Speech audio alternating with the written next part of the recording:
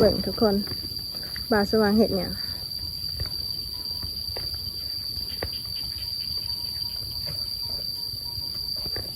ยังนะสบายดีพ่อแม่พี่น้องมาพบกันอีกเช่นเคย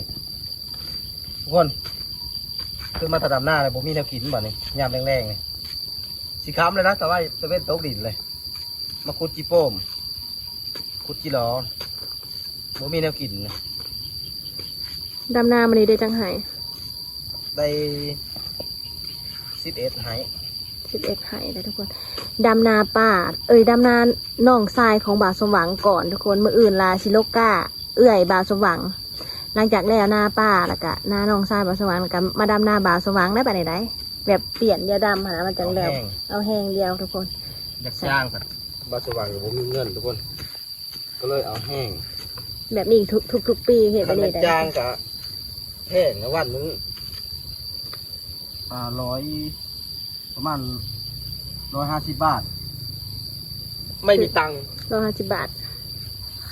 ได้บ่จิรอค่ะ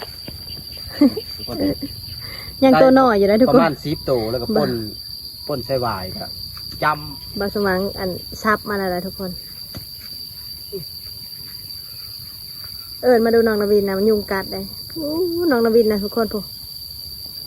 กินหมากสมเลยนะมาพี่ลูกมาเบิ่งดูจิหล่อพอนี่บางไอ้เป็นคนถือเด้อเถียง2 หลังอันนี้เสียงน้องทรายบ่าวสมหวังแล้วก็เถียงตัวนั้นซะหน่อยกับบ่าวสมหวังนอนอยู่พุ่นละทุกคน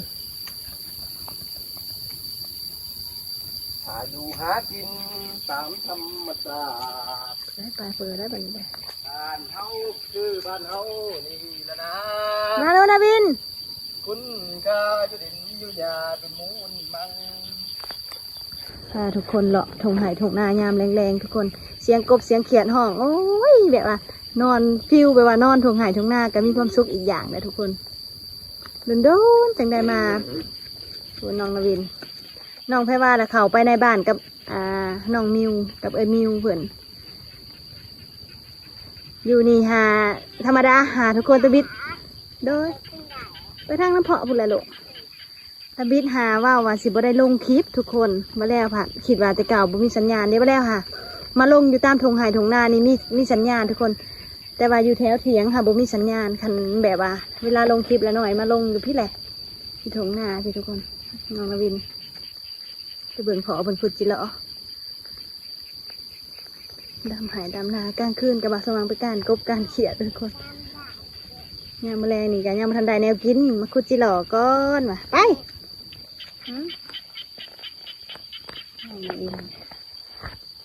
มาสว่างเสียงกบเสียงเขียดห้องแบบธรรมชาติเป็นได้ตัวใหญ่ได้ขนาดนั้นมาเบิกเลยทุกคนจิหล่อก็ได้2 ตัวใส่ปงปีทุกคนชิโปมป่นกินทุกคนน้องวินนะบุมีอย่างกินกับป่นใส่หวายกินก็ได้2 ตัวได้สิพออยู่หน้าคือเก่ากินอยู่ได้กับที่ป่ายก็มานอนหน้าคืนทำบิดเนาะคืนที่2มื้อแรงทุกคนมันไก่ตลาดทุกคนจากหน้าไปหาเมืองก็10 ป่ายโล17 กิโลลูกชายเป็นกันเรียกแพรมาเลย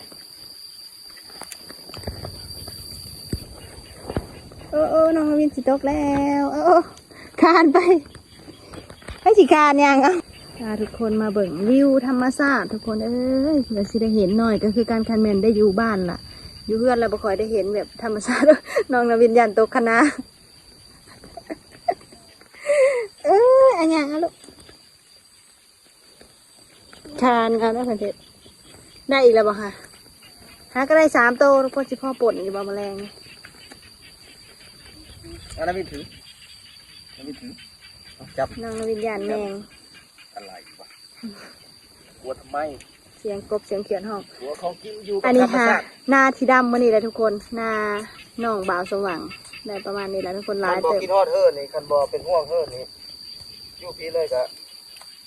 พ่ออยู่ทุกคนมาปลูกเฮือนอยู่พี่แล่บรรยากาศเข้ามาอยู่แบบธรรมชาติเสียงกบเสียงเขียดเอาแอะมือแรงมา เบิ่งสภาพบ้านสว่างกันหน้าดำหน้าแลทุกคนไม่ต้องแปลกใจเด้อ หาก็มาดำนา2 มือนะ ดำหน้าแล้วจังล่อเนาะทุกคนดำหน้าแล้วจังล่อช่วงนี้ขอทำงานไปก่อน เด้ไทยก็มานะคุณมืออื่นนี่ลกกาป้าแล้วก็ไปดำตัวนั่นทุกคนส่วนนั่นหน้าบ่อสว่างอยู่พูนบ่อน้ำหลายๆพวกนั้นทุกคน นี่ได้อีกแล้วทุกคนผมที่ผม ตัวยังน้อยอยู่เลยอ้าวได้ขนมเลยน้องวินดีใจได้ขนมทุกคนมาหน้าเราบ่มีขนมอันนี้มิวเพิ่นซื้อใหายอยู่ไสแน่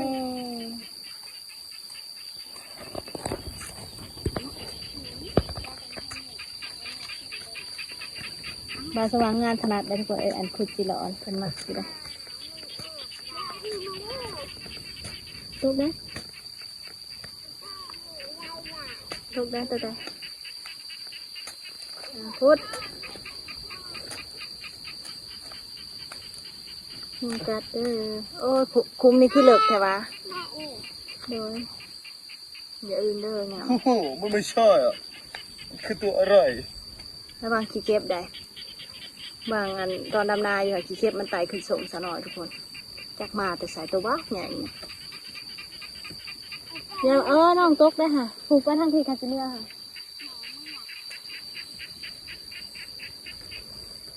ใช่เลย นี่เนี่ย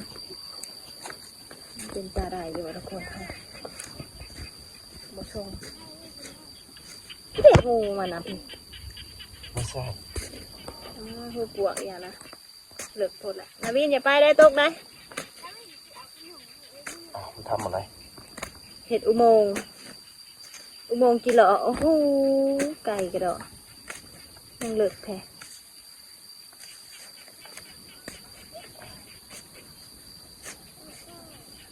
ชุบจะได้กิน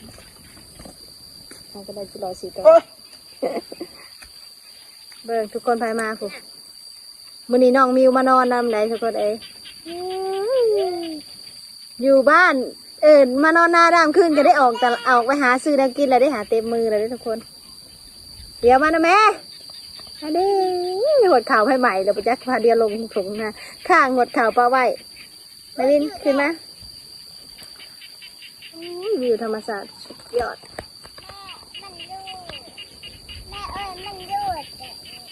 พาน้องนาวินมาเลาะไห่เลาะหน้าดูได้บาสว่างคนแค่ว่าบาสว่างบ่ดูขึ้นจากหน้า ขาดเลยเห็นแต่หูขาด ตั้งแต่ซับคุณจิหลอก เท้านี่กัน คุณตาได้กินอยู่ เต็ มั ม น เดียว แมลงลงมาการจีน่าอีกนี่ทุกคนเอ้ยไปโพนนั่นน้องไพวากะหันห่าวเท่าไรหันห่าวน้ำผอเพิ่นเท่าไร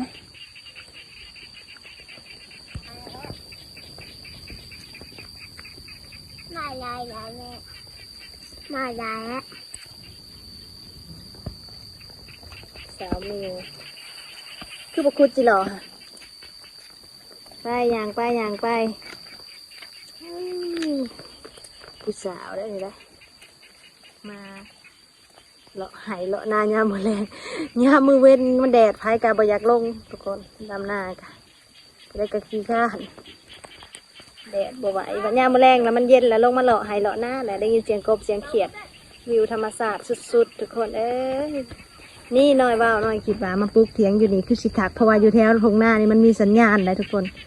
ถ้าอยู่แถวเทิงเถียงเราบ่มีสัญญาณมานี่เรามีสัญญาณมาปลูกเถียงอยู่นี่เลยเถอะนะอย่าอื่นเด้อทายถิ่นเด้อบ่สว่างเมื่อยแล้วทุกคนบ่สว่างเมื่อยแล้วให้สาวมิวพูดแล้วบัดนี้ นี่คือแดงมาเนาะ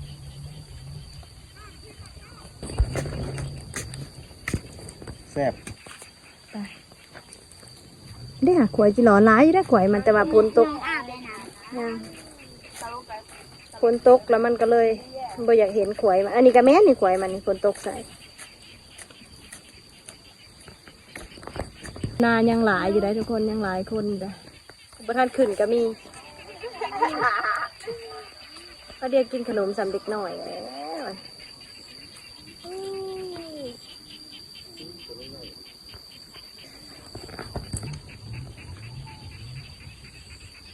ได้จะโตระบาดสว่างก่อนกินหัดหลอดดิ กินนี้ก็ได้ทุกคนขามันกินกับตำมะฮุ่ง ควายมันเห็ดใหม่ได้นี่แหละควายจิรอเห็ดใหม่มั้งเดี๋ยวหูกัน เขาเอาคนบูฮานว่าเอาคุดจิรอล่ะห้ามอยู่ทางหูมันมาทางนี้ล่ะห้ามหนังอยู่นี้แต่หูมันมานี่หนังอยู่นี่ล่ะมันสิเลิกเขาบอก